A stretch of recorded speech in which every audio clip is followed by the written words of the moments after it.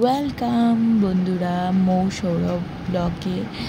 আমরা আজকে বড়মার মন্দিরে যাচ্ছি ওখানে পুজো দিতে। কেন আমাদের সময় হয় না যে যাবার, আজকে দুজনেই সময় হয়েছে পুজো দিতে। আমি বলতে আমার ছেলেকে নিয়ে এখনও একবারও পুজো দিতে আসিনি, আজকে আসছি পুজো দেওয়ার জন্য।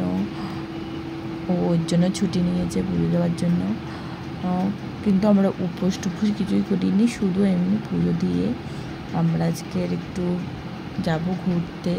ইচ্ছা আছে, বেশি দূরেও না, কাছাকাছি।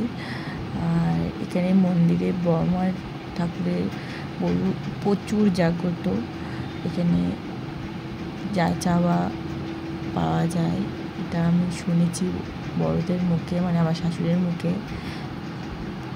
আর এখানেই এসে আমি ওকে একটু হাঁটানোর চেষ্টা করাচ্ছিলাম, যে হাঁটছে নাকি দেখি।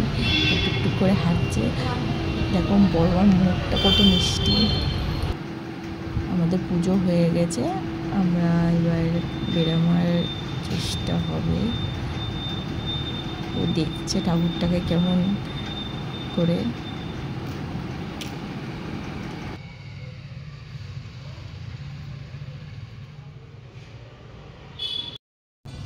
আমরা পাশে, মানে একটু দূরেই একটা রেস্টুরেন্ট ছিল ছোটোখাটো, ওখানে গেছিলাম। তা আমাদের এই বাবলি খেতে চেয়েছে চিকেন তন্দুরি, তো আমরা নিয়েছিলাম ওর জন্য।